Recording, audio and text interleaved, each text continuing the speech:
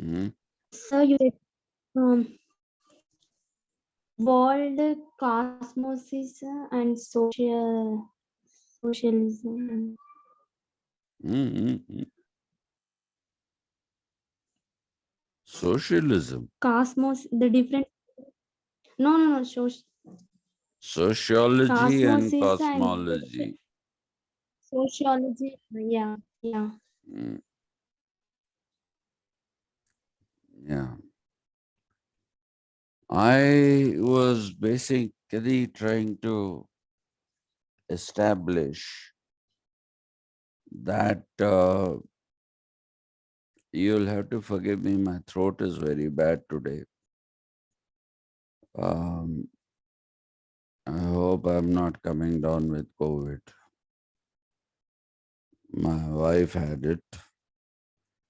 Anyway, so if you are looking at ancient India, I told you that one of the biggest problem is that people have taken a cosmology and done a sociology of it. And in doing so, they have basically created a lot of confusion, and they have also created false knowledge. And I told you the reason why all that happened was because of the fact that you have a scholarship of the British initially who designated what they saw as segments in Indian society. They decided to call these segments in Indian society castes. Uh, caste, by the way, is not an English word. In fact, the British took recourse to this particular word, caste, from Portuguese in order to denote closed communities. Now, you must understand that they did this because what they saw was endogamy. Endogamy is marriages within segments. Okay, so Brahmins married Brahmins, Kshatriyas married Kshatriyas, Vaishyas married Vaishyas, and Shudras married Shudras. This is what they saw. But actually, the reality is far, far more complicated than that. Because if you look at, say, for example, the Brahmins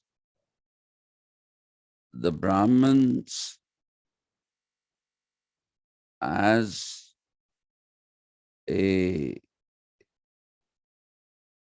group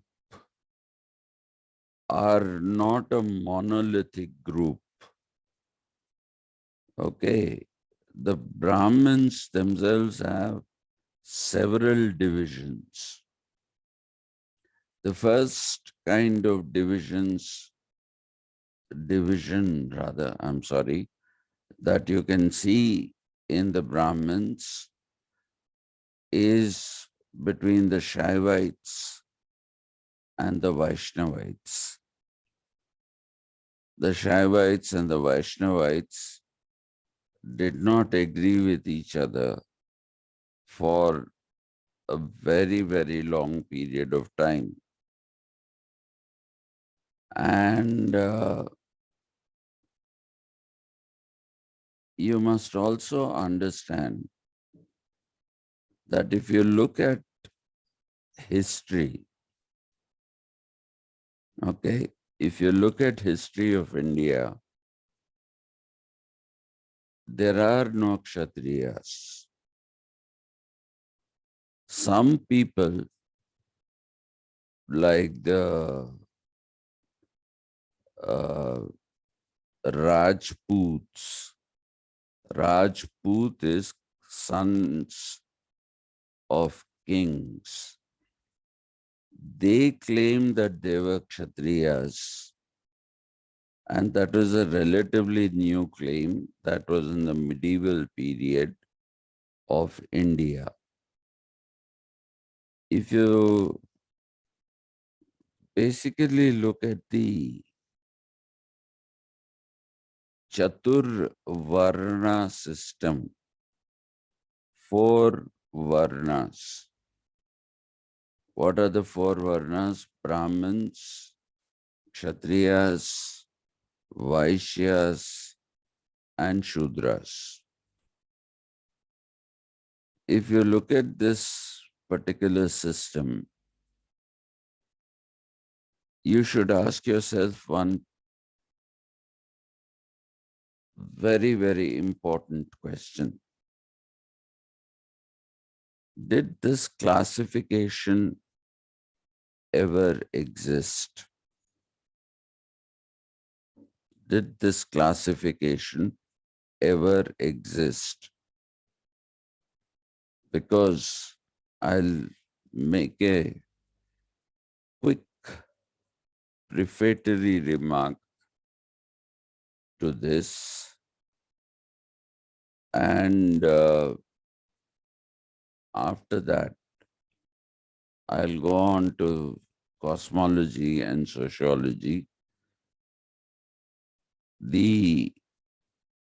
What I'm trying to demonstrate is that if you try to create a sociology and if you try to put people into these 4 varnas, which later became jatis, we will discuss that also in due course of the syllabus. Varnas became jatis. If you look at that, you will see that there are no Kshatriyas till the medieval period when the Rajputs came and said, we are Kshatriyas. Where are the Kshatriyas? If you take, for example, the different empires that existed in India, most of the empires are Shudra empires.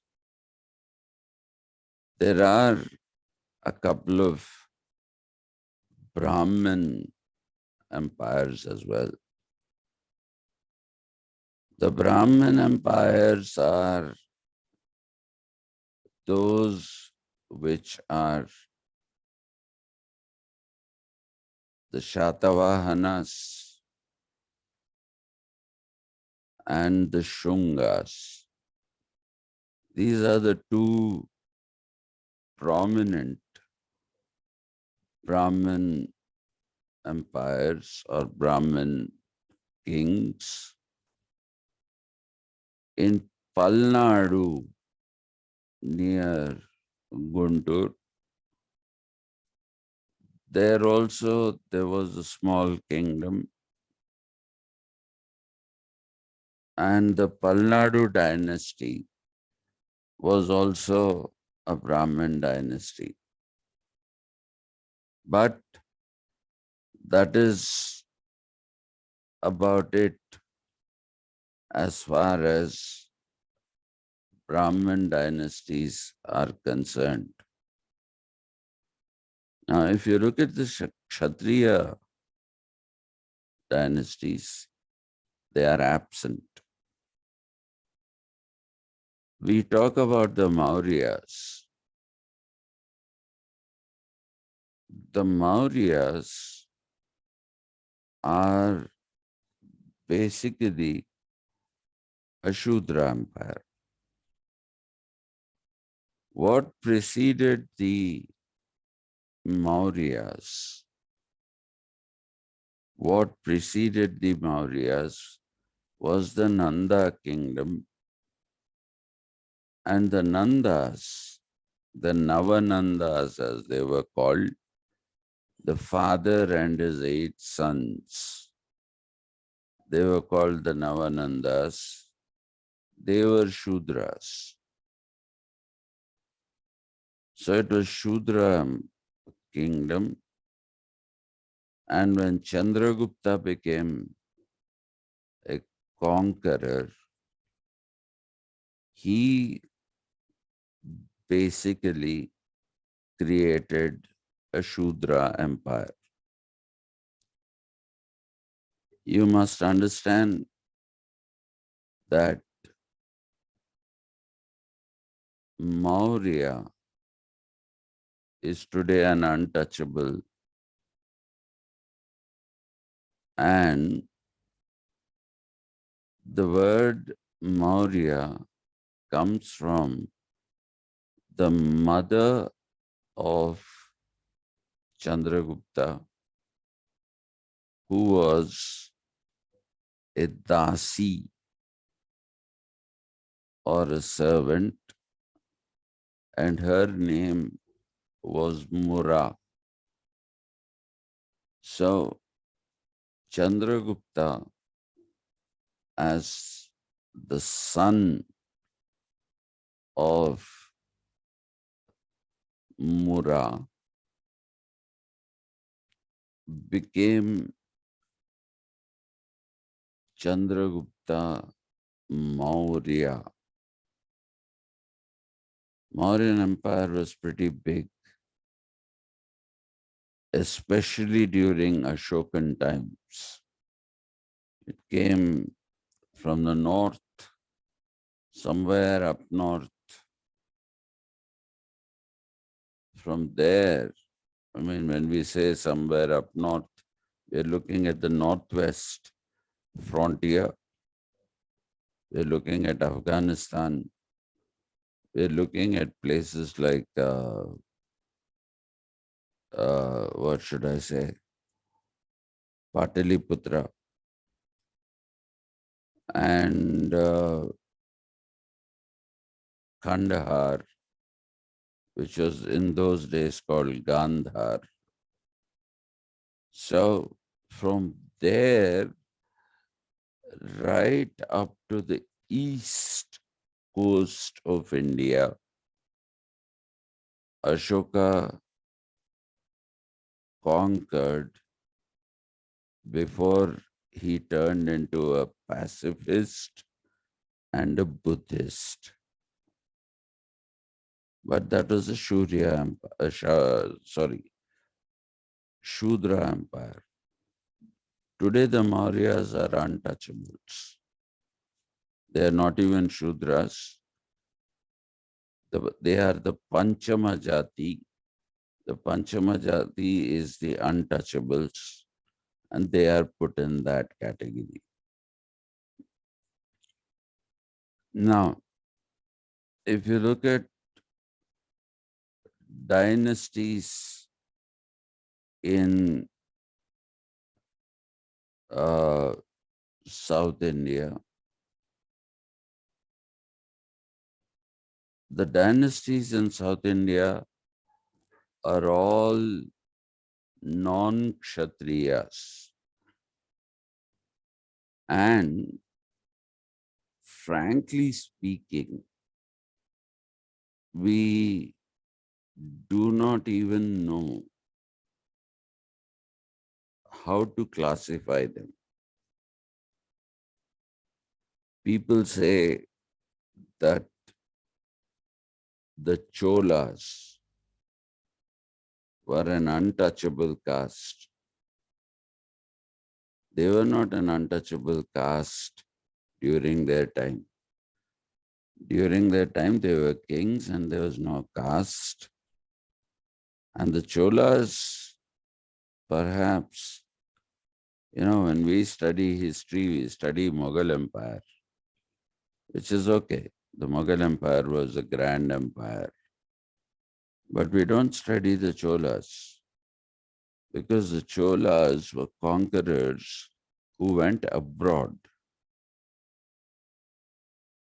The Cholas went to Singapore. Singapore is actually uh, a corruption of Simhapuri. Simhapuri became Singapore. It's a corruption. It also went into Thailand and into Indonesia. Even today, on the Rupiah notes, the Indonesian currency is called the Rupiah. We call it our currency, the rupee. Now, the Indonesians still print, though it's an Islamic country with the largest Islamic population, their currency note till today carries the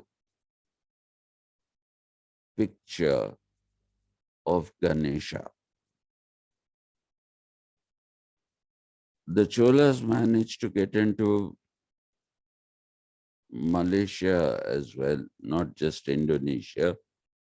They went into Malaysia as well. And there you will see that there are a number of, what should we say, Shivalingas and Shiva temples, even today. And funnily enough, their ruler Mahathir Muhammad wanted to have the biggest Shivalinga in the world in Malaysia. Mahathir Muhammad is a Muslim and he built the biggest Shivalinga. This happened recently. This is not somewhere in the past. So the Cholas were responsible for taking, and they were Shaivites. So they took this to Southeast Asia. They took this with them to Southeast Asia. They had a formidable navy, a very, very formidable navy. And therefore, they were able to conquer so many different territories. Now, if you look at, if you basically look at, what should I say,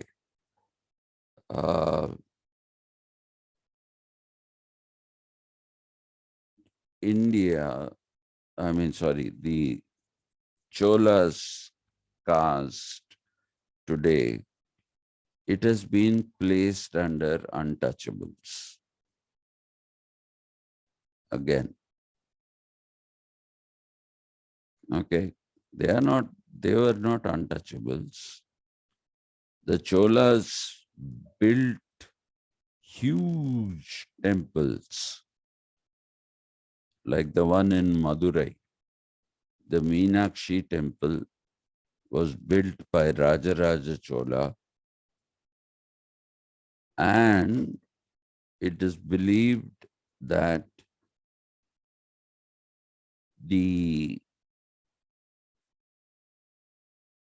area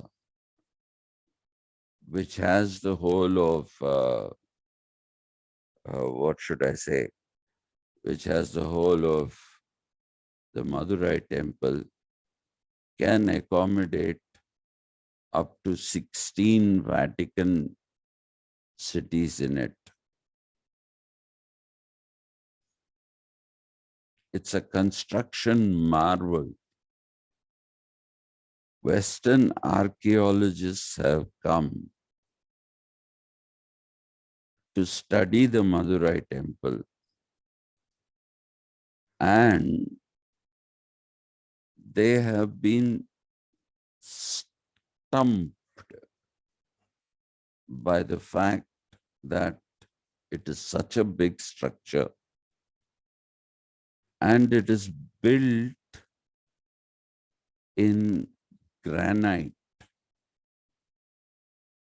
Okay, it was built in granite, and granite is one of the hardest rocks. So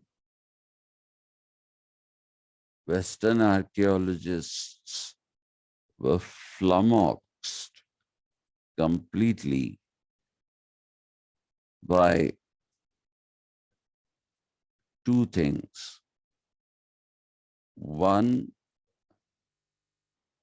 without technology, how did the Cholas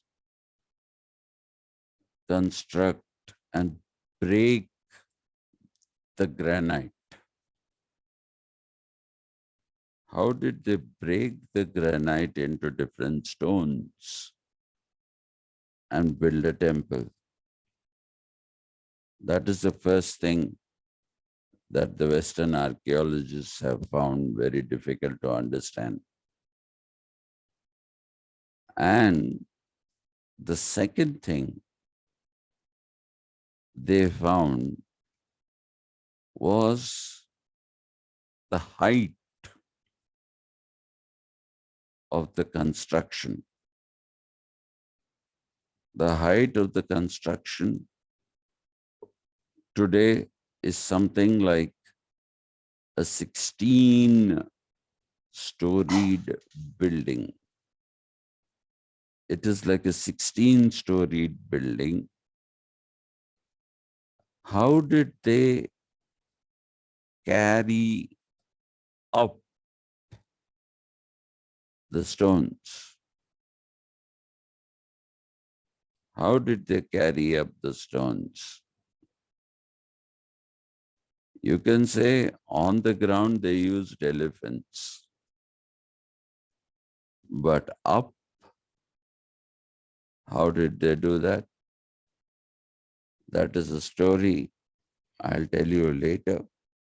There are answers for it. How granite was broken with simple technology. Ancient India is a true marvel. It's a true marvel because I don't know if you remember, some years ago, one of the, because of an earthquake, one of the gopurams of a 1,500-year-old temple collapsed. Now, the collapsing part is not the interesting part. The interesting part is, how did they build this Gopuram. Today, if you see a construction, say for a 4-storied building, you will dig very deep. You will dig at least 8 to 10 feet to put the foundation for a 4-storied building. If you're looking at multi-storied buildings, then the foundations are deeper.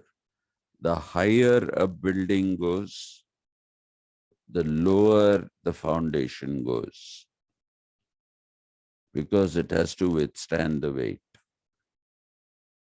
This 1,500-year-old temple, the Gopuram that collapsed, it's in Andhra Pradesh, somewhere near Kalahasti,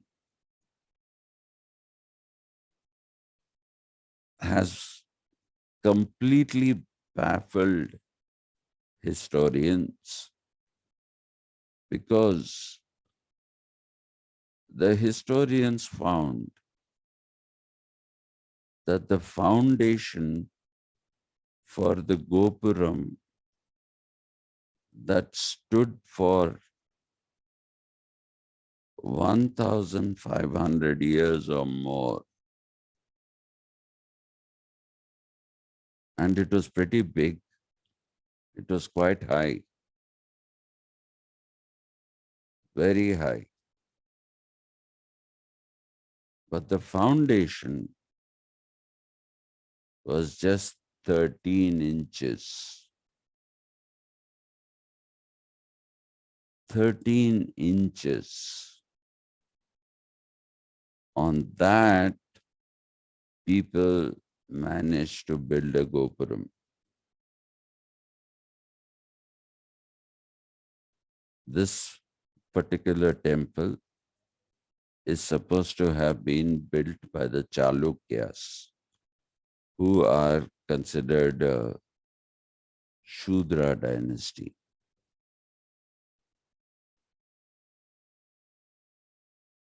If you look at the Vijayanagara Empire, Hampi Vijayanagara Empire, Krishnadevaraya, all these people, they were Shudras. So, one of the greatest empires down south, the Mauryan Empire is up north. Down south, one of the greatest empires, the Chola Empire, a seafaring empire, it became untouchable caste. The Vijayanagara Empire was supposed to be ruled by Shudras. The Kakatiyas were also Shudras. So if you look at all these things,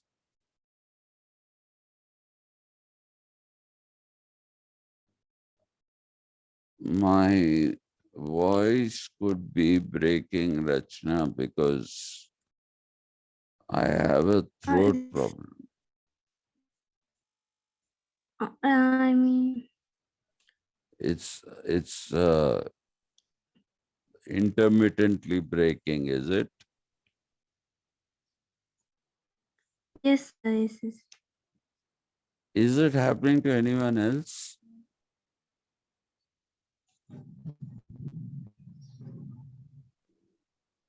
Freshta, Yes, sir. is my voice breaking? Sometimes, but now is okay. No, it's okay. Yeah. Okay. So, Rachna, is it okay now?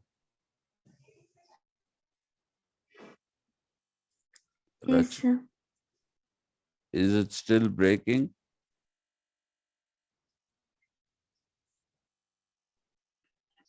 Is it still breaking? Mm, Not sure. sometimes, sir. Mm, Sometimes it's breaking. Okay. mm, Let's see if there is. It might be an internet problem because what happens is that this goes through packets. yes, sir. I think. So I apologize for my voice breaking, Yes, sir. but that is beyond your control and my control right now. Okay, sir. Okay, sir. Yeah, I think it's an internet problem. Um, anyway, so you have this Vijayanagara Empire, Hampi, one of the most beautiful places built, Shudra Empire, Rashtrakutas. The Rashtrakuta Empire was a pretty big empire. And the Rashtrakutas are today considered to be that caste that they belong to. Okay, that particular caste is among the untouchable castes. So if you look at all these things, you will see that the Chaturvarna system or the Panchama or the Panchajati system is not something that is justified by history. How did these untouchable people become kings, emperors? Why is it that most of the big empires, most of the big empires, why do they belong to the Shudra caste or the Brahmin caste? There are more Shudra empires than Brahmin empires. Brahmin empires are just two or three. The really big ones were the Shatavahana Empire. It was big. The Shunga Empire was pretty big. But apart from all that, if you look at what is happening, what happened rather in ancient India, it doesn't fit into this caste system that was used by the British to describe ancient Indian society. Okay, I'll stop here today. My voice is not cooperating and I have another class to take. So if you don't mind, we'll stop now.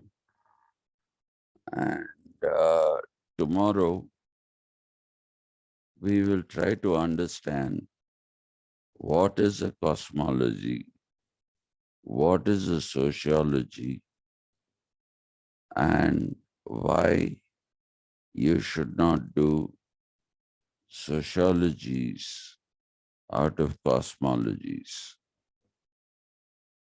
That is what we will do tomorrow.